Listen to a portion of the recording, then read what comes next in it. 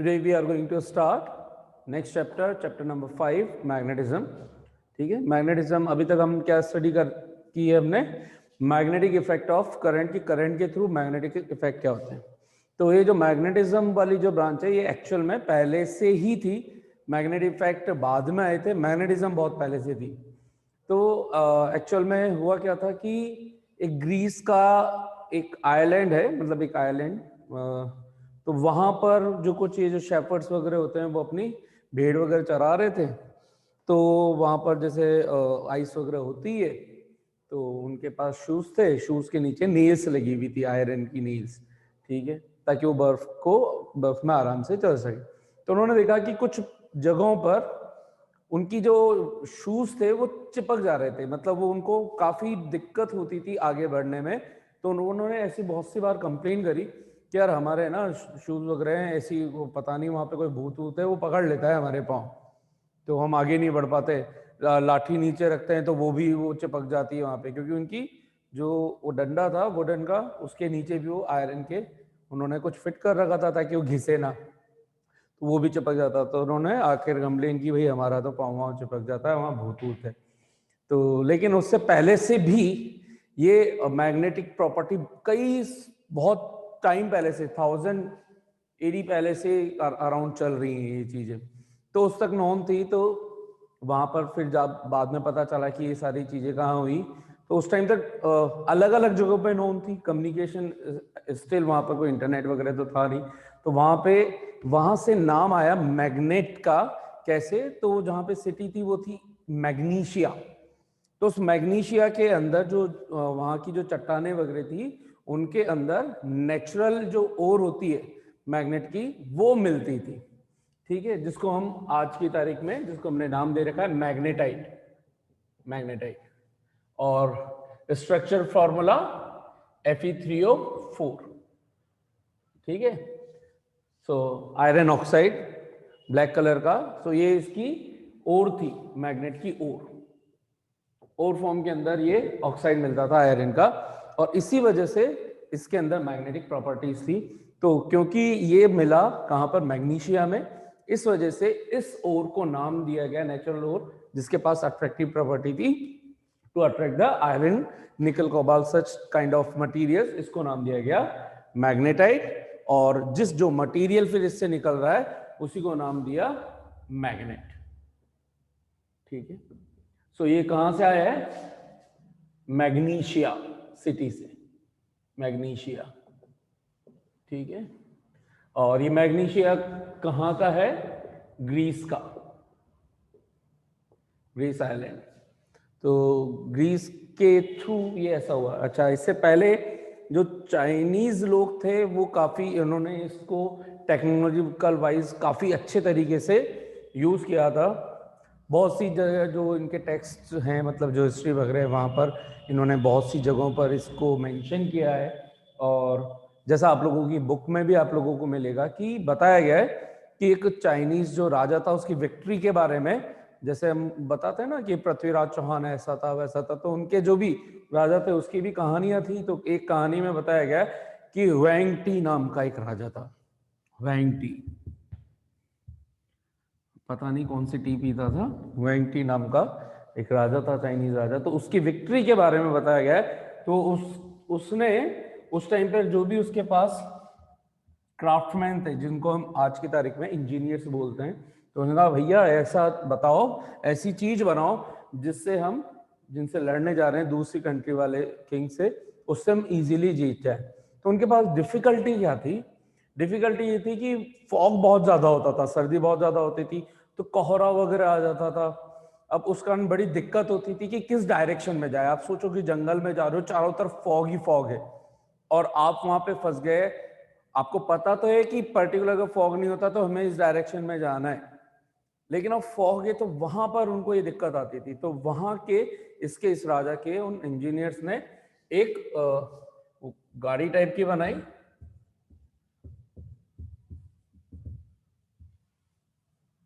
ठीक है, झंडा वंडा लगा दिया और इस गाड़ी पर एक एक्सल पर एक मैग्नेटिक पुतले को खड़ा कर दिया और ये मैग्नेटिक पुतला,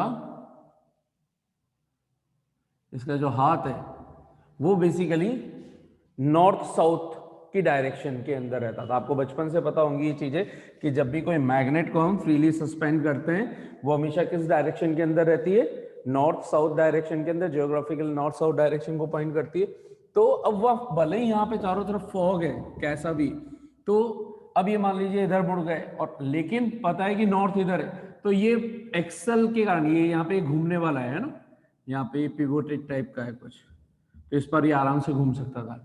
तो अगर ये इधर मुड़ गए तो फिर ये वापस ऐसे घूम के इधर आ जाता था। तो इनको ये समझ में आ जाती थी कि डायरेक्शन हमें किधर जाना है, और दूसरे लोगों के पास तो इन्होंने टेक्नोलॉजी का यूज किया और इस तरीके से इन्होंने क्या की, इनको मिल गई क्या, जीत। ठीक है, दे वॉन। तो इस तरीके से चाइनीज लोगों ने इस तरह की चीजें लिखी हुई है हिस्टोरिकल वे के अंदर, तो इसका मतलब उनको पता था कि इस तरह की कुछ चीजें होती हैं। तो और इसी तरीके से ये क्योंकि डायरेक्टिव प्रॉपर्टी को बताता है तो इसको नाम दिया गया लोड स्टोन। ये जो और निकल रही है उसको नाम दिया गया load stone, meaning a leading stone.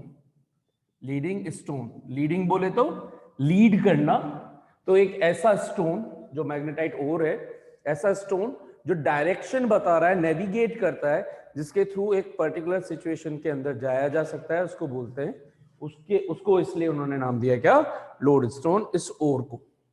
ठीक है, फिर इसका यूज शिप्स वगैरह के अंदर काफी होने लगा क्योंकि चारों तरफ पानी ही पानी, समुद्र के अंदर पता नहीं होता, दूर दूर तक कहीं कुछ नजर नहीं आता कि किस डायरेक्शन में आगे बढ़ना है।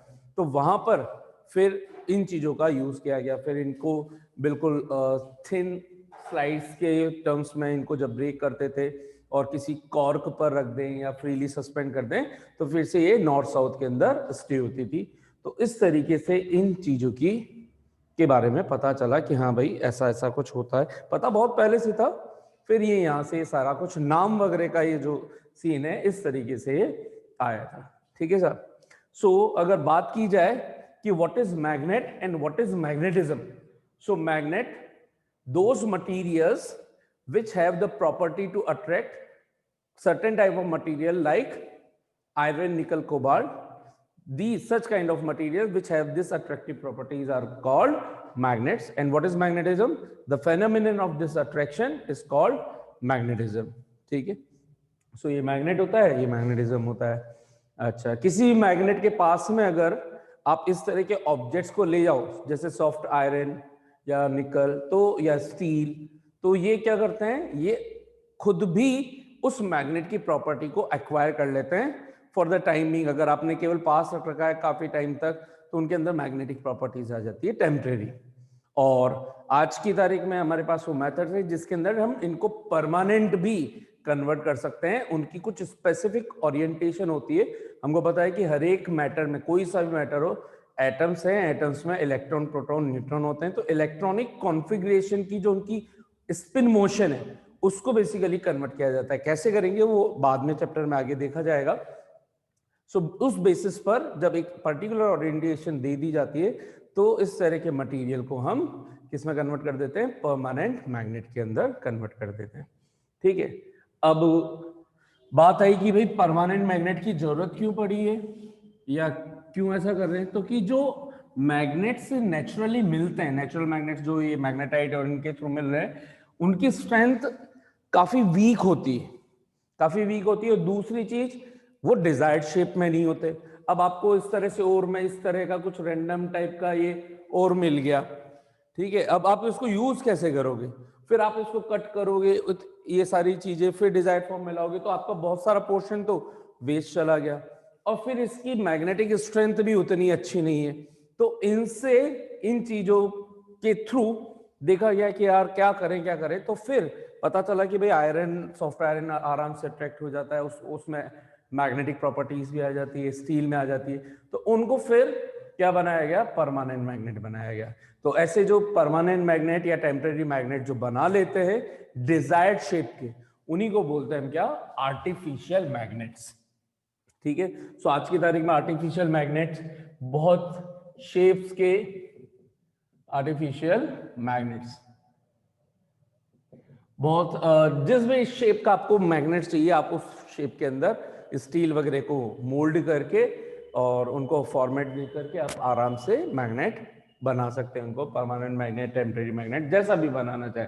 तो जो फेमस आर्टिफिशियल मैग्नेट है उनमें से एक है बार मैग्नेट, नाम तो सुना ही होगा, है ना। एक है आपका हॉर्सशू मैग्नेट,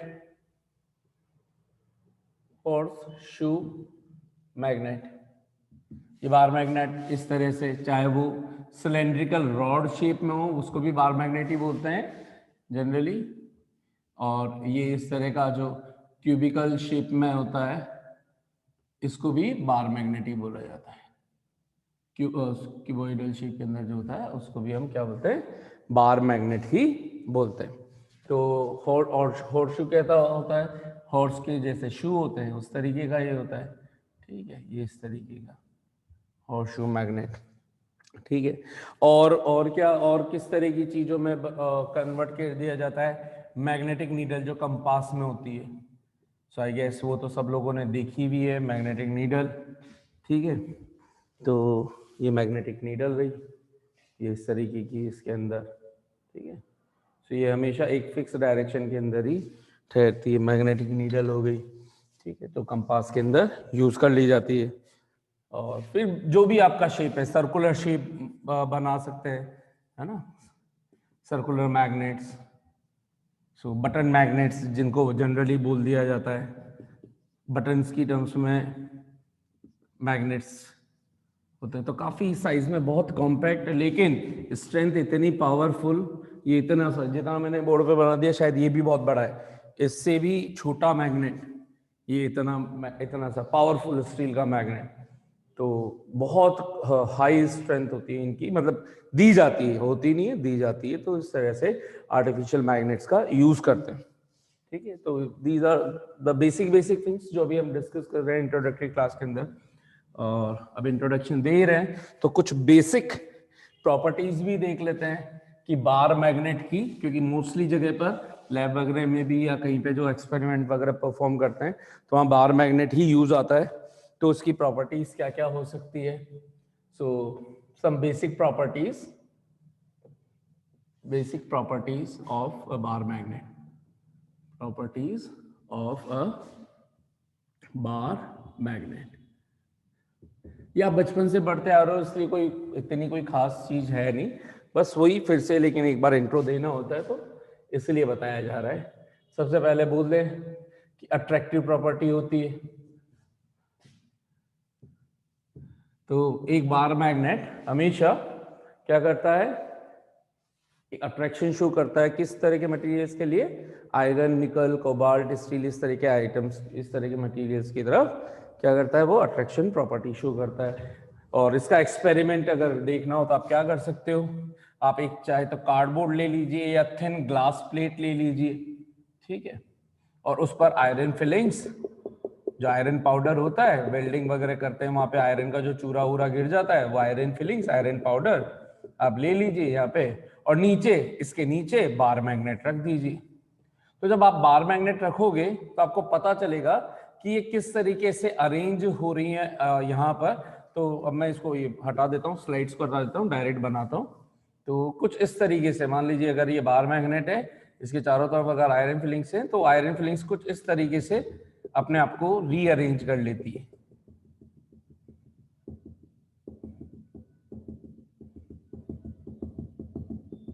इस तरीके से।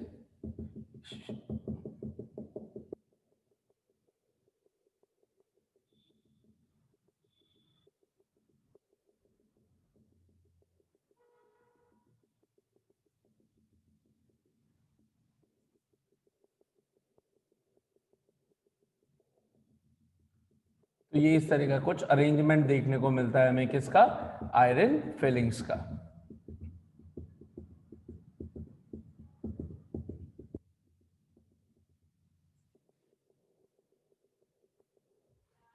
ये इस तरीके का आपको आयरन फिलिंग्स का अरेंजमेंट देखने को मिलता है, किसके थ्रू, बार मैग्नेट के थ्रू। तो ये इस जगह से कुछ 2-3 प्रॉपर्टीज और समझ में आती, यहीं से हम मैग्नेटिक फील्ड लाइन का जो कॉन्सेप्ट आता है उसको यहीं से सीखा जाता है कि भाई मैग्नेटिक फील्ड लाइन हमें नेकेड आई से तो दिखती नहीं है, लेकिन अगर उनको ड्रॉ करना हो तो कैसे करें कि अच्छा ये जो जिस जगह पे जाकर के आयरन चिपक रहा है, आयरन पाउडर चिपक रहा है, तो उनको अगर उनका एक पाथ ले लें, ट्रेस कर लें इस तरीके से, तो हमें जो लाइंस नजर आएगी वही क्या कहलाई जाएंगी, बार मैग्नेट ने जो मैग्नेटिक फील्ड जनरेट किया उसकी वो फील्ड लाइंस हो जाएंगी। तो इसलिए हम क्या बोल देते हैं इनको, मैग्नेटिक फील्ड लाइन। तो आपको पता ही है कि मैग्नेटिक फील्ड लाइन कैसी होती है कि अगर एक पोल नॉर्थ, अभी ये भी डिस्कस करेंगे नॉर्थ साउथ क्या होता है, फिर भी आपको पता है इसलिए मैं डायरेक्ट लिख रहा हूँ कि नॉर्थ साउथ, तो नॉर्थ से स्टार्ट होती है, साउथ की तरफ चलती है इस तरीके से, है ना, क्लोज लूप बनाती हैं। सो ये हो गई, तो ये इस तरीके से चलती हैं, है ना, कोई भी इंटरसेक्ट नहीं करती। अभी मैंने डायग्राम में ऐसे रेंडमली बना दिया है, कोई भी इंटरसेक्ट नहीं करती है। तो ये किसके थ्रू बना है, इसी चीज के थ्रू बना है ये डायग्राम, कि अच्छा ये आयरन फिलिंग्स का जो अरेंजमेंट है वो इस तरीके से है। तो ये इससे आप देख सकते हो कि अगर मैं लाइंस ट्रेस करूं तो कुछ इस तरह की नजर आएंगी। तो this is called the attractive property of a bar magnet. Next बात करें तो बार मैग्नेट और कौन सी प्रॉपर्टी शो कर सकता है, डायरेक्टिव प्रॉपर्टी शो कर देता है, directive property. So that is the most basic property of any magnet, direction show करना। क्या होती है directive property, whenever any magnet will be suspended freely then it will always point towards the north and south। जब geographical जो north south है उसी में जाकर के अपने आप को ऑलमोस्ट रफली ज्योग्राफिकल नॉर्थ साउथ में ही जाकर के अपने आप को क्या करता है, स्टेबल करता है, प्लेस करता है। और आप उसको अगर हल्का सा टर्न दे भी दो तो घूम फिर करके वापस उसी डायरेक्शन में आएगा। मान लीजिए इस डायरेक्शन को मैं नॉर्थ बोल रहा हूँ, इस डायरेक्शन को साउथ बोल रहा हूँ, जो मैं ज्योग्राफिकल नॉर्थ एंड साउथ, और मान लीजिए अभी हमें नहीं पता कि कौन सा नॉर्थ है और कौन सा साउथ है इसमें, तो पहले मान लीजिए इसको ऐसे ऐसे आपने रखा था इस तरीके से, और ये घूम करके इस जगह आकर के रुक गया, तो जो हिस्सा जो एंड नॉर्थ ज्योग्राफिकल नॉर्थ की तरफ होता है उसको हमने नाम दिया है नॉर्थ पोल। अभी मैंने बोला था कि क्यों कैसे हम नॉर्थ साउथ कैसे बोलते हैं, वो इस वजह से बोलते हैं कि the end of a pole of a magnet which stayed in the geographical north is called north seeking pole of magnet or simply north pole of magnet। north seeking, north को देखना, north को approach करना, और जो पोल geographical south की तरफ जाकर के स्टेबल होता है उसको क्या बोलते हैं, साउथ सीकिंग पोल या simply south pole of magnet. North north and south, है ना, हिंदी में उत्तरी ध्रुव दक्षिणी ध्रुव। ठीक है, छोटी छोटी चीजें पता होनी चाहिए आप लोगों को। ऑलराइट, सो ये डायरेक्टिव प्रॉपर्टी हो गई। तो इसको आप लेकर के आप कहीं पे भी चले जाएं, आपको हमेशा अगर आपको पता है कि हमारी डेस्टिनेशन की डायरेक्शन क्या है तो आप मैग्नेट साथ में रखिए, ना किसी इलेक्ट्रिसिटी का झंझट है ना कुछ है, बस ये आपको डायरेक्शन हमेशा पता जाएगा। तो मोस्ट एक ग्रेटेस्ट इन्वेंशन या ग्रेटेस्ट क्या बोल सकते हो आप उसको, thing which we have to navigate, है ना, नेविगेट करने के लिए जो हमारे पास सबसे आसान सबसे अच्छी चीज है वो है ये। ठीक है, फिर उसके बाद बात करें नेक्स्ट प्रॉपर्टी की, तो वो क्या कहते हैं, लॉ ऑफ मैग्नेटिक पोल्स, है ना। जैसे हमने इलेक्ट्रोस्टैटिक लॉ पढ़ा था, तो what is the electrostatic law, कि like poles always repel each other charge, तो like charges always repel each other, unlike charge या opposite charge always attract each other. तो ठीक ऐसे ही यहाँ पे लॉ ऑफ मैग्नेटिक पोल्स है। लॉ ऑफ मैग्नेटिक पोल ये क्या कहता है कि like poles always repel each other and unlike pole always attract each other. ये भी आपको ये सब बचपन से पता है, आप बचपन से जानते हो, कोई बहुत बड़ी नई चीज अनोखी चीज नहीं बता रहा हूं। ठीक है, कहने का मतलब अगर लाइक पोल हो गया, जैसे मान लीजिए ये मैग्नेट है इधर नॉर्थ और एक दूसरा मैग्नेट ले आया और उसका भी नॉर्थ सामने रख दिया, ठीक है, तो नॉर्थ नॉर्थ इनके बीच में ये क्या होगा, रिपल्शन होगा। लाइक पोल है तो रिपल्शन। ठीक इसी तरह से अगर दो मैग्नेट लिए और दो मैग्नेट के अपने साउथ पोल सामने रख दिए तो भी इनके बीच में क्या होगा, रिपल्शन होगा। सो यहां पे भी रिपल्सिव फोर्स लगेगा। और अगर आपने अपोजिट पोल रख दिए, एक नॉर्थ है और उसके सामने दूसरा मैग्नेट लेकर के है वो साउथ है, तो यहां पर क्या लगेगा, अट्रैक्शन। ये एक दूसरे को अट्रैक्ट करेंगे। ठीक है, opposite thing always attract each other, this is the general rule of the universe. ठीक है, सो ये वन ऑफ द प्रॉपर्टी हो गई इसकी, है ना। अच्छा, नेक्स्ट प्रॉपर्टी की बात की जाए तो वो ले लेते हैं मैग्नेटिक पोल। जो होते हैं, ये जो मैग्नेटिक पोल हैं वो हमेशा पेयर्स में ही एग्जिस्ट करते हैं। थर्ड प्रॉपर्टी बोले तो magnetic poles always exist in pairs only. इसका मतलब कभी भी सिंगल पोल, लाइक इलेक्ट्रोस्टैटिक के अंदर सिंगल चार्ज की हम बात करते थे कि पॉजिटिव चार्ज रख दिया एक जगह पर, कभी नेगेटिव रख दिया, कभी दोनों रख दिए, तो वहां पे सिंगल चार्ज अवेलेबल हो सकता है, यहां सिंगल पोल अवेलेबल नहीं होगा। जब भी अगर आप मैग्नेट की बात करेंगे, इट्स कंपल्सरी कि हमेशा दो पोल एक साथ चलेंगे, what ever would be the size. आप चाहो उसको कितना भी बड़ा लेकर के आओ, कितना भी छोटे से छोटा स्मॉलेस्ट पोर्शन ले लो, हमेशा दो पोल एग्जिस्ट करेंगे। अगर आपने इसको ब्रेक कर दिया बीच में से, तो ये दो मैग्नेट्स में कन्वर्ट हो जाएगा।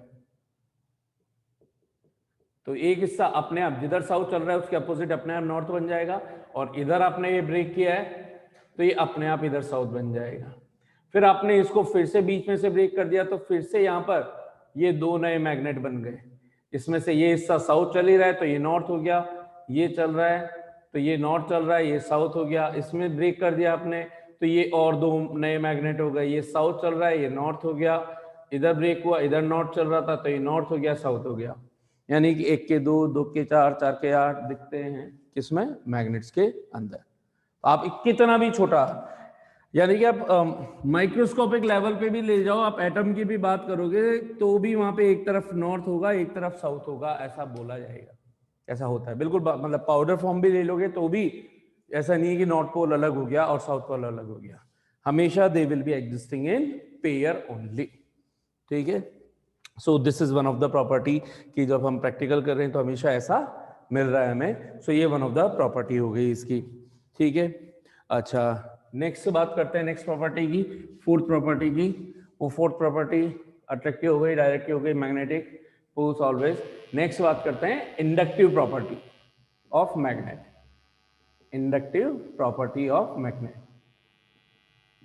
तो इंडक्टिव प्रॉपर्टी का मीनिंग क्या होता है, तो इंडक्शन हमने पढ़ रखा है, इलेक्ट्रोस्टैटिक इंडक्शन। इंडक्शन का जनरल मीनिंग क्या है, बिना डायरेक्ट फिजिकल कांटेक्ट में एक चीज दूसरे चीज पे अपना इफेक्ट दे दे, उसी को क्या बोलते हैं, इंडक्शन। ठीक है, किसी चीज को इंड्यूस करना, किसी चीज के ऊपर अपना इफेक्ट छोड़ना बिना डायरेक्ट टच किए। ठीक है, तो मैग्नेट भी यही करता है। क्या करता है, अगर आप एक मैग्नेट लोगे और उसके पास में आप कुछ आयरन नील्स या ऑल पेंस, ठीक है, या कोई आयरन मटेरियल, इस तरह की सॉफ्ट आयरन कोर कुछ भी ला करके रख दोगे, तो और काफी टाइम तक अगर आप यहाँ पे छोड़ दोगे तो इन पर क्या आ जाती है, मैग्नेटिक प्रॉपर्टीज दे एक्वायर। और अगर आप हाथों हाथ की बात कर रहे हो तो आप देखोगे कि इससे अट्रैक्ट हो रहे हैं, यानी कि इसमें भी तो दूसरे मैग्नेट जैसे नॉर्थ और साउथ बन रहा था तो अट्रैक्ट कर रहे थे। इसका मतलब न्यूट्रल वे के अंदर अगर किसी इन दो ऑल पिन को आपस में रखूं तो ये कहां चिपक रही, इसका मतलब इनके पास कोई मैग्नेटिक प्रॉपर्टी नहीं। लेकिन जैसे ही मैं नॉर्थ मतलब कोई मैग्नेट लेकर के जा रहा हूं, ये उसी टाइम मैग्नेटिक प्रॉपर्टी एक्वायर कर लेते हैं। एक्वायर करने के कारण ये भी एक तरह का मैग्नेट बन जाता है। और इस तरह का मैग्नेट बनते हैं हमेशा ये कि अपोजिट पोल ही क्रिएट करते हैं, यानी कि इधर वाला हिस्सा हमेशा मैग्नेटिक प्रॉपर्टी के थ्रू साउथ पोल एक्वायर कर लेगा, इधर का हिस्सा नॉर्थ पोल एक्वायर करेगा। और इस वजह से हमेशा किसी भी डायरेक्शन में रखो, जिस भी जगह पे रखोगे उसके अपोजिट पोल एक्वायर कर लेंगे और अट्रैक्टिव प्रॉपर्टी ही शो करेंगे। ठीक है, so this is called inductive property. आपने इनको दूर काफी टाइम के लिए रख दिया तो उनमें वो मैग्नेटिक प्रॉपर्टी थोड़ी ज्यादा देर के लिए आ जाएगी, रहेगी टेम्परेरी लेकिन कंपैरेटिवली। अभी तो ये कि मैंने यहाँ हटाया रखा, अट्रैक्ट हो रहे, हटा दिया, खत्म हो गया। आपने मान लीजिए 2-5 दिन 10 दिन रहने दिया ऐसे बिना टच किए, एक जगह पे ले जाकर के इनके बीच में कुछ चीज रख दी जिससे डायरेक्ट फिजिकल कांटेक्ट में ना आए, फिर उसके बाद आप इस ऑल पिन को लोगे और दूसरे ऑल पिन को टच करोगे तो उसमें भी उस कुछ देर के लिए हो सकता है 10 मिनट, 5 मिनट्स, 2 मिनट्स, 1 आवर, उस उतने टाइम के लिए इसमें मैग्नेटिक प्रॉपर्टीज एक्वायर हो चुकी होंगी। इसको बोलते हैं क्या, इंडक्टिव प्रॉपर्टी ऑफ मैग्नेट। ठीक है, this is one of the property. अच्छा, नेक्स्ट प्रॉपर्टी की बात की जाए, या प्रॉपर्टी बोल दो या इसका बेसिक टेस्ट की बात की जाए कि what is the short test की फॉर मैग्नेट। तो what is the short test for magnet, attraction और repulsion? Can you tell me? क्या अट्रैक्शन के थ्रू हम शॉर्ट कर सकते हैं कि हाँ भाई ये मैग्नेट होने का सबूत है, 100% ये मैग्नेट है, या रिपल्शन के थ्रू पता चलेगा कि 100% मैग्नेट है? किसी चीज का मैग्नेट होना बता सकते हैं? नहीं, ठीक है। So short test for magnet, थोड़ा सा कॉमन सेंस लगाएंगे पता चल जाएगा, इज रिपल्शन। क्या बोल रहा हूं, हो सकता है आप लोगों को मेरा क्वेश्चन ही शायद क्लियर ना हुआ हो। मेरे कहने का मतलब है कि अगर आपको एक मटेरियल दे दिया जाए और आपसे पूछा जाए कि भैया ये बताओ ये मैग्नेट है कि नहीं है, तो आपको कैसे पता चलेगा, वो चीज हम चेक कर रहे हैं। ठीक है, तो अब मान लीजिए मैंने एक मटेरियल ले लिया किसी भी तरह का, है ना, तो चलो बार मैग्नेट स्टाइल शेप का ही लेता हूं। अभी मुझे नहीं पता, ये दो तीन अलग अलग मटेरियल ले रहा हूं, मुझे ये चेक करना है कि ये अभी ये जो है वो मैग्नेट है कि नहीं। एक तो तरीका है कि डायरेक्ट प्रॉपर्टी के थ्रू पता चल जाएगा। ठीक है, तो आपने क्या किया, इनको चेक करना है तो आप या तो यहां पर एक और दूसरा, या मान लीजिए आप इसको चेक करना चाह रहे हैं, इसको चेक करना चाह रहे हैं, एक मैग्नेट आपके पास ऑलरेडी है, आप इन मटेरियल्स को चेक करना चाह रहे हैं, आपको पता चला कि ये इसके तरफ अट्रैक्ट हो गया जल्दी से, तो बताइए ये तो मैग्नेट है, मान लीजिए ये तो मैग्नेट है हमारे पास, और इस मटेरियल को चेक करना चाह रहे हैं कि ये मैग्नेट है कि नहीं है, ये अट्रैक्ट हो गया तुरंत, तो बताइए ये मैग्नेट होगा कि नहीं होगा? Are you sure this is magnet, yes और नो? ये मैग्नेट है या नहीं? No sir. कैसे कि अगर मैं इसको घुमा के इसके पास लाऊं और फिर भी अगर ये अट्रैक्ट हो रहा है, इसका मतलब ये मैग्नेट नहीं हो सकता। तो शॉर्ट टेस्ट क्या हुआ कि इसको मैं लेकर के आऊं, अब दूसरे पोल की तरफ से लाऊं, और अगर ये अब रिपल्सिव इस पर फोर्स लग रहा हो, यानी कि ये दूर जा रहा हो, तो ही मैं कह सकता हूं कि ये जो ऑब्जेक्ट है वो मैग्नेट है, अदरवाइज मैग्नेट नहीं है। तो जो शॉर्ट टेस्ट होता है मैग्नेट होने के लिए, वो क्या होता है, रिपल्शन। ठीक है, so these are the some basic properties of किसकी, बार मैग्नेट की। ठीक है, हाल अभी इससे रिलेटेड जो चीजें हैं वो भी हम देखेंगे, मैग्नेटिक फील्ड लाइन आगे देखेंगे। अभी हम देख लेते हैं कि जिस तरीके से इतनी सारी बात करी, यहाँ पे पोल्स की हमने बात कर ली। अच्छा, अर्थ का खुद का एक मैग्नेटिज्म माना जाता है, अर्थ को ऐसा सोचा जाता है, होता नहीं, सोचा जाता है, इमेजिन किया जाता है कि अर्थ बिहेव्स लाइक ए मैग्नेट, कि इस तरह का एक कोई वर्चुअल बहुत बड़ा मैग्नेट अर्थ के अंदर हो, है ना। सो अर्थ के मैग्नेटिज्म के अंदर, इसको भी थोड़ा डिटेल में आगे पढ़ेंगे, अभी बस थोड़ा सा बेसिक इंट्रो में समझ लेते हैं कि अर्थ के मैग्नेटिज्म को क्या बोला जाता है। अगर ये अर्थ मान ली जाए, ठीक है, तो हमें पता है कि अर्थ के दो पोल्स हम बताते हैं, ज्योग्राफिकल नॉर्थ और ज्योग्राफिकल साउथ। तो कि ये नॉर्थ और साउथ कैसा है कि भाई जब एक बार मैग्नेट इस तरह की शो करता है, तो हो सकता है, पहले ऐसा सोच भी लिया गया था कि हो सकता है इसके अंदर बहुत बड़ा मैग्नेट प्रेजेंट हो। ठीक है, बहुत बड़ा मैग्नेट प्रेजेंट हो, जिस वजह से नॉर्थ और साउथ को शो करते हैं। ठीक है, बाद में पता चला कि ऐसा कोई कॉन्सेप्ट नहीं है, मतलब ऐसी कोई चीज होती नहीं है एक्चुअल में, this is just for explanation purpose only, कि आप इस तरह का एज्यूम करते हो जिसके थ्रू आप चीजों को समझाते हो। ठीक है, उसका एक्चुअल रीजन कुछ और है। मॉल्टन स्टेट के अंदर जो मेटल्स होते हैं, मॉल्टन मेटल्स जो होते हैं, वो अर्थ की कोर में चारों तरफ जब घूमते हैं, तो because of that magnetism is being created, उसको आगे देखेंगे कभी। ठीक है, तो अब यहां पर क्या माना गया कि ये नॉर्थ साउथ कैसे बोले गए कि भाई मान लीजिए अगर ये ज्योग्राफिकल नॉर्थ है, तो जिस इस यहाँ पर अगर मैं नॉर्थ पर ले आऊं ना मैग्नेट और उसको फ्रीली सस्पेंड रख दूं, यहाँ पर ऐसे रख दिया अभी, और इसको यहाँ ला दूं, तो आप देखो कि ये बिल्कुल स्ट्रेट हो जाएगी वर्टिकल डायरेक्शन में ऐसे। ये इसको हैंग कर रखा है, ये घूम करके अभी ऐसे थी और ये घूम करके ऐसे आ जाएगी। तो वो हिस्सा, अब मैग्नेट का पहले से पता है हमें बार मैग्नेट की भाई ये नॉर्थ पोल है, तो जो हिस्सा साउथ वाला इधर की तरफ आया एग्जैक्टली जब जिस जगह पे अर्थ की जिस जगह पर मैग्नेट बिल्कुल वर्टिकल हो जाए और उसका जो पोल नीचे की तरफ हो उसके अपोजिट को हम ज्योग्राफिकल सिचुएशन बोलते हैं। यानी कि अगर बार मैग्नेट का साउथ नीचे है तो यहाँ पे नॉर्थ होना चाहिए। इसका रीजन भाई अट्रैक्शन होगा, यहाँ अपोजिट होंगे तभी तो अट्रैक्शन होगा। अगर आप यहाँ साउथ बोल देते तो साउथ साउथ तो पास हो ही नहीं सकते थे, तो इसलिए हमने क्या बोला कि ये है ज्योग्राफिकल नॉर्थ। ठीक है, इस तरीके से, ये बाद में ठीक है, ज्योग्राफिकल नॉर्थ इस तरीके से हम इसको बोलते हैं। और इसी तरीके से अगर यहाँ पे साउथ पे चले जाएं तो यहाँ पे बार मैग्नेट इस तरीके से प्लेस हो जाती है, तो ये हो जाता है आपका ज्योग्राफिकल क्या साउथ। ठीक है, इस तरीके से नाम दिया गया है। ठीक है, सो खैर इन चीजों को हम बाद में डिस्कस करेंगे, ये एक सिंपल थोड़ा सा इंट्रो के हिसाब से था। अच्छा, अब कुछ इंपॉर्टेंट डेफिनेशन या कुछ ऐसी टर्म्स बात कर लेते हैं जो मैग्नेटिक फील्ड या मैग्नेटिज्म से रिलेटेड है। ये थी properties of a bar magnet. ठीक है, these are the properties of bar magnet. So let's discuss now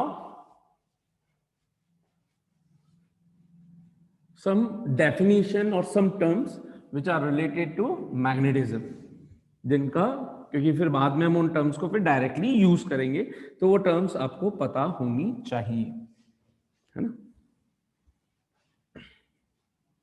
so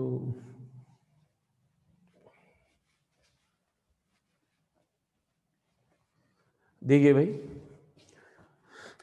some definition या some terms related with magnetism, terminologies related to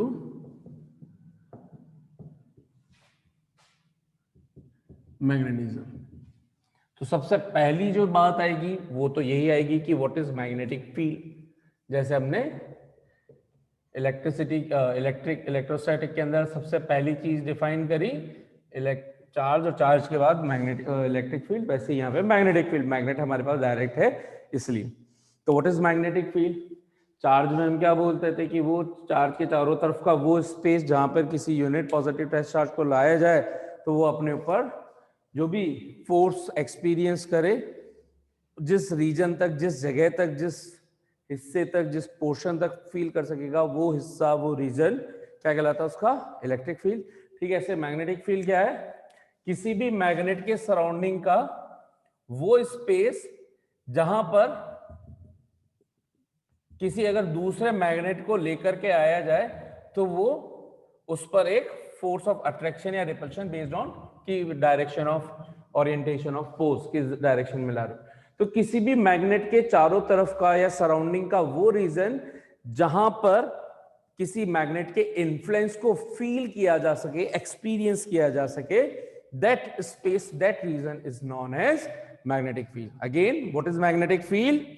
The space surrounding of a magnet in which the influence of the given magnet, that means the force of attraction or repulsion on another magnet, if it would have been placed in that region, would be experienced, is called magnetic field. ठीक है, तो I guess magnetic field simple definition है, समझ में आ भी गई होगी। अच्छा, अब मैग्नेटिक फील्ड अगर समझ में आ गया है तो हम उसके बाद बात करते हैं क्या? Uniform magnetic field, uniform and non uniform magnetic field. ठीक है साहब। Second, uniform and non uniform magnetic field, magnetic field. ठीक है, अच्छा, so what is uniform magnetic field? Uniform magnetic field एक ऐसा रीजन जहां हर पॉइंट पर magnitude and direction of the magnetic field will be same. किसी भी पॉइंट पर अगर मैग्नेटिक फील्ड की डायरेक्शन और उसका मैग्नीट्यूड, उसकी यानी कि स्ट्रेंथ सेम रहे तो वो रीजन क्या कहलाएगा? Uniform magnetic field. और इसको जनरली हम कैसे शो करते हैं? पैरेलल लाइंस से शो करते हैं, ठीक है। जैसे अगर मुझे एक्स वाई प्लेन में बोर्ड जैसे है, ये एक्स डायरेक्शन, ऊपर वाली वाई डायरेक्शन, तो मैं कैसे शो कर दूंगा पैरेलल लाइंस को, मतलब सॉरी यूनिफॉर्म मैग्नेटिक फील्ड को? Equally spaced parallel lines. तो ये किसको बता रही है? जो भी ये बी होगा, अब यहां पे पूछूंगा तो भी डायरेक्शन यही है, यहां पूछूंगा तो भी डायरेक्शन इधर ही है, यहां पूछूं तो भी डायरेक्शन इधर ही है। अच्छा, डायरेक्शन फिर से, जैसे हम इलेक्ट्रिक फील्ड की डायरेक्शन निकालते हैं, इसका मतलब कैसे निकालते थे? जिस पॉइंट पर निकालनी है उस पॉइंट पर टेंजेंट ड्रॉ कर देते हैं। तो ठीक ऐसे ही इसमें कहीं पे भी मैग्नेटिक फील्ड लाइंस अगर आपको दे दी जाए तो आप जिस पॉइंट पर आपको मैग्नेटिक फील्ड की डायरेक्शन निकालनी है उस पर एक टेंजेंट ड्रॉ कर दो। ऑब्वियसली पैरेलल लाइन है तो उस पर ही ओवरलैप होनी है वो लाइन, ठीक है, और कुछ हो नहीं सकती, ऐसा तो होगी नहीं, परपेंडिकुलर कर दोगे, ठीक है। सो ये कहलाती है क्या? Uniform magnetic field. अगर मुझे ये हो गया कौन से प्लेन के अंदर? एक्स वाई प्लेन के अंदर। मान लीजिए मुझे वाई जेड प्लेन के अंदर दिखाना है आपको, ठीक है, एक्स वाई जेड। तो ये मान लीजिए मैंने वाई जेड प्लेन बना दिया। तो अब ऐसे या तो डायरेक्शन अंदर की तरफ हो सकती है, बाहर की तरफ, तो ये हम पहले चैप्टर्स में कर ही चुके हैं कि अगर इनवर्ड है, ठीक है, inward parallel inward uniform magnetic field को कैसे दिखाएंगे?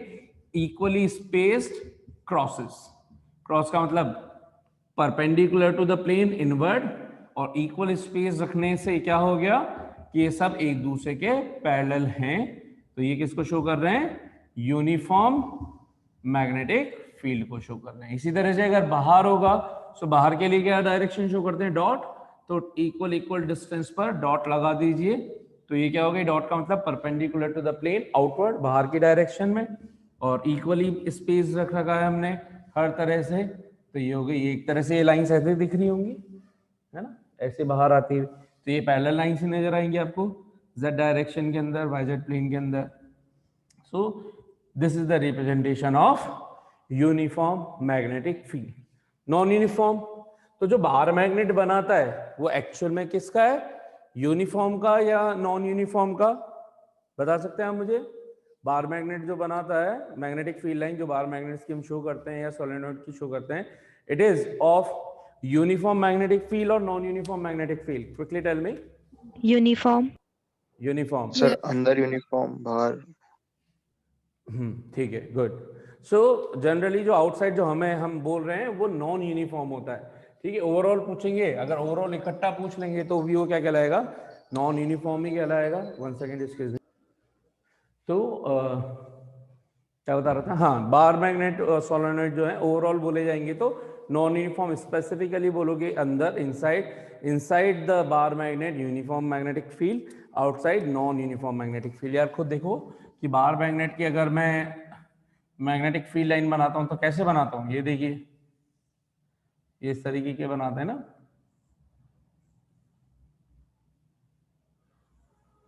सो क्लियरली यहां पे और यहां पे स्पेस का फर्क आ जाता है,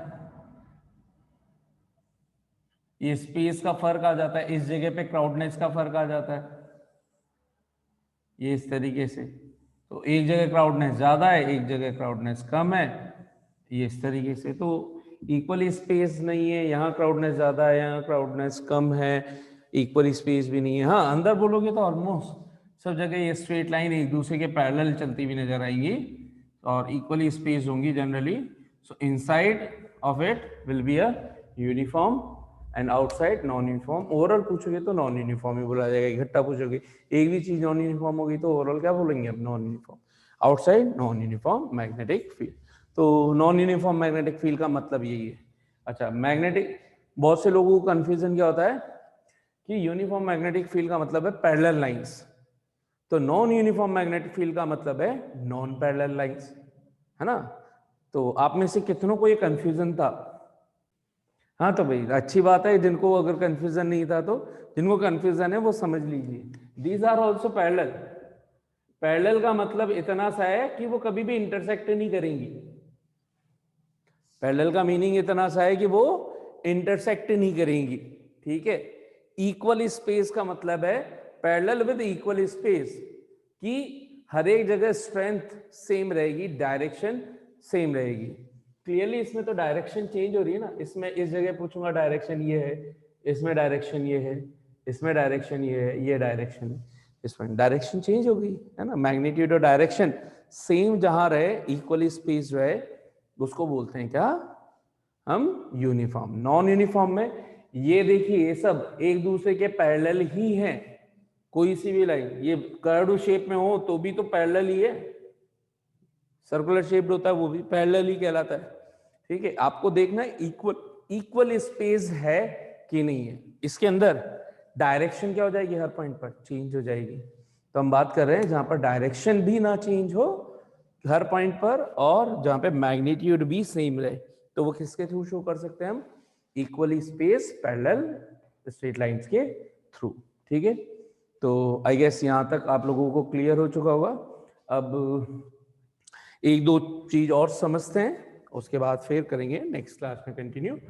अभी पहले एक चीज देख लेते हैं, जैसे हमने चार्ज के बारे में बोला था इलेक्ट्रोस्टैटिक के अंदर, कि दो चार्ज एक दूसरे को कहीं पे अगर प्लेस कर दी जाए, यानी कि स्टैटिक हैं, तो या तो वो अट्रैक्ट करते हैं या रिपेल करते हैं बेस्ड ऑन देयर नेचर, की लाइक चार्जेस या अनलाइक चार्जेस, और इनके बीच में जो फोर्स ऑफ अट्रैक्शन या रिपल्शन लगता था, ठीक है, वो किस बेस पर लगता था, कूलम्ब्स के बेस पर लगता था।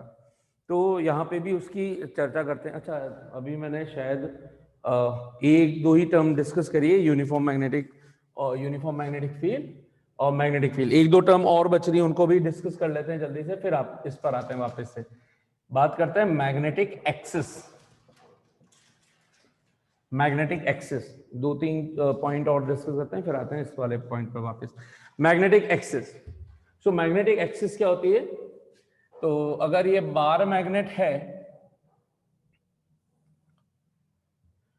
Magnetic axis and magnetic pole, ये भी हाथों हाथ डिस्कस करते हैं, magnetic axis and magnetic pole. तो पहले मैं मैग्नेटिक पोल की बात कर रहा हूं कि what are magnetic poles, that region where the strength of the magnetic field is maximum. That means that region where the strength of a magnet supposed to be concentrated, yeah, is concentrated, is called magnetic poles. So कहां पर ये concentrate होता है या कहां पर strength किसी भी बार मैग्नेट की सबसे ज्यादा होती है, नियर इट पोल्स। ये कैसे पता चला था हमें, आयरन फिलिंग के डायग्राम से पता चल गया था इजीली। तो by experiment we can show that near the ends of a bar magnet या of any magnet, near the ends the strength of magnetic field is maximum. Those are known as magnetic poles, and since both are having the opposite nature, so one of the pole is called north pole and another is called south pole. Second thing, most important चीज जो आज आप लोगों को ऐसे पता होगी, लेकिन अब एक्चुअल में आपको जो ध्यान रखना है, always the north pole and south pole are not present at the lining of the ends. ये नहीं है नॉर्थ पोल, ये नहीं है साउथ पोल, इसलिए हम हमेशा यहां पे बनाते हैं, ऐसे बनाते हैं ना। उसका रीजन जो एंड के जो पोल्स हैं नॉर्थ पोल, वो स्लाइटली थोड़ा दोनों तरफ अंदर की तरफ बोला जाता है, तो ये इसलिए जो मैंने बना दिए डॉट, नॉर्थ का ये वाला हिस्सा है, साउथ का ये वाला, यानी कि लिटिल बिट इनसाइड होते हैं ये, एग्जैक्टली ऑन द लाइंस नहीं होते हैं। ठीक है, ये चीज शायद आपको पता नहीं हो, इसलिए ये इंट्रोडक्शन में लिया गया। तो north pole, south pole are those magnetic poles where the strength of the magnetic field is maximum और the strength of the magnetic field is supposed to be concentrated. They lie little bit inside the magnet at the ends. ठीक है, okay, तो ये magnetic pole हो गया। Two poles exist, north and south. What is magnetic axis? A line joining the both poles of a magnet, a straight line passing through these poles is called magnetic axis. So ये जो straight line बना दी, this straight line is known as magnetic axis, magnetic axis, ठीक है, इसको बोलते हैं magnetic axis. Now इसके बाद एक और terminology, magnetic equator, magnetic equator. So magnetic equator is that straight line which passes perpendicular to the magnetic axis and passing through the center of the magnet. तो ये साउथ और ये north pole, तो इनका सेंटर पोर्शन ये हो गया। तो इस सेंटर पोर्शन से पास हो और इस मैग्नेटिक एक्सिस के परपेंडिकुलर हो, तो इस लाइन को ही हम क्या बोल रहे हैं, let's suppose this is the centre, यानी कि दोनों तरफ से डिस्टेंस बराबर होनी चाहिए, north OS ON is equal. तो ये जो लाइन बनी, this is called what, magnetic equator line, ठीक है।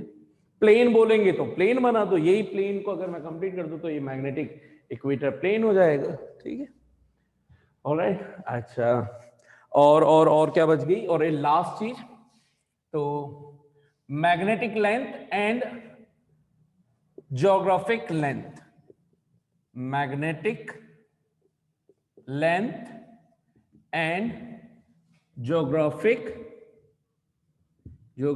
लेंथ ऑफ अ मैग्नेट, किसको बोलते हैं, मैग्नेटिक लेंथ। और कौन सी होती है ज्योग्राफिक लेंथ, तो साहब ये जो नॉर्थ और साउथ के बीच की डिस्टेंस है, एग्जैक्टली जो इनसाइड है, ये है कहलाती है हमारी मैग्नेटिक लेंथ। और जो एक्चुअल में जो मैग्नेट दिख रहा है, उसकी एंड से एंड पॉइंट तक की जो डिस्टेंस है, उसको बोलते हैं क्या, हम ज्योग्राफिक लेंथ ऑफ मैग्नेट, ठीक है। जनरली जो मैग्नेटिक लेंथ होती है, मैग्नेटिक लेंथ, वो ज्योग्राफिक लेंथ का ऑलमोस्ट 6/7 टाइम्स होती है, किसकी, ज्योग्राफिक लेंथ का, ठीक है। और 6/7 करोगे तो अराउंड 85 पॉइंट समथिंग परसेंट आएगा, तो 85%, 86%। तो अगर ये पूरी 100% ज्योग्राफिक लेंथ बोल रहे हैं, तो ये ऑलमोस्ट 85%, 86% के आसपास लेंथ निकल करके आती है, ठीक है।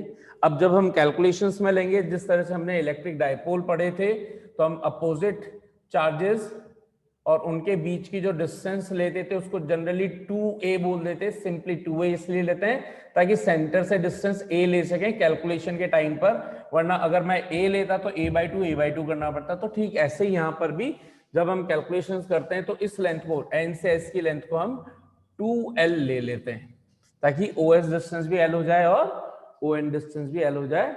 जब हम इसका जैसे इलेक्ट्रिक डायपोल मोमेंट निकालते हैं, वैसे यहाँ पर मैग्नेटिक डायपोल मोमेंट निकाला जाता है, ठीक है। अच्छा, next terminology, magnetic strength, magnetic pole strength, ठीक है।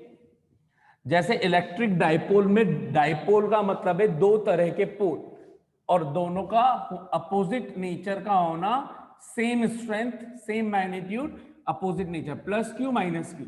तो मैग्नेट में ये तो हमको दो अलग अलग रखने पड़ते हैं, मैग्नेट में ये होते ही दो अपने आप ही अलग है, नॉर्थ और साउथ दोनों अपोजिट नेचर के हैं, जैसे +q और -q, बिल्कुल ठीक ऐसे ही यहां पर, वहां पर +q -q है, तो यहां पर नॉर्थ और साउथ अपोजिट हो गए।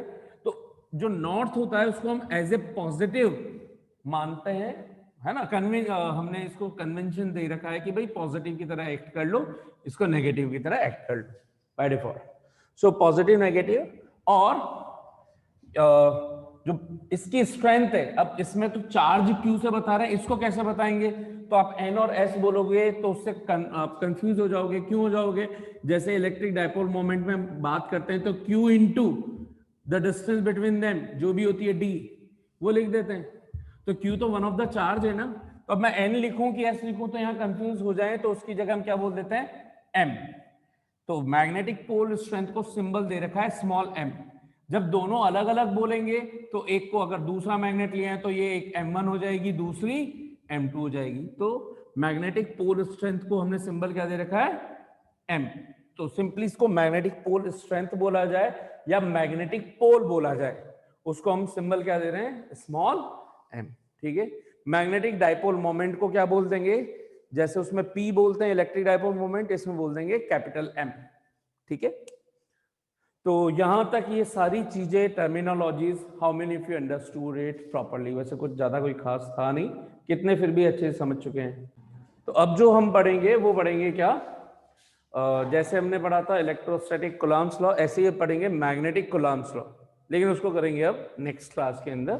ठीक है, उसके अंदर मैग्नेटिक, जैसे इलेक्ट्रोस्टैटिक कूलम्ब्स लॉ था, ऐसे ही magnetic Coulomb's law and magnetic dipole and magnetic dipole moment, ये सब स्टडी करेंगे नेक्स्ट क्लास में। ऑलराइट, आज की सभा यही समाप्त होती है।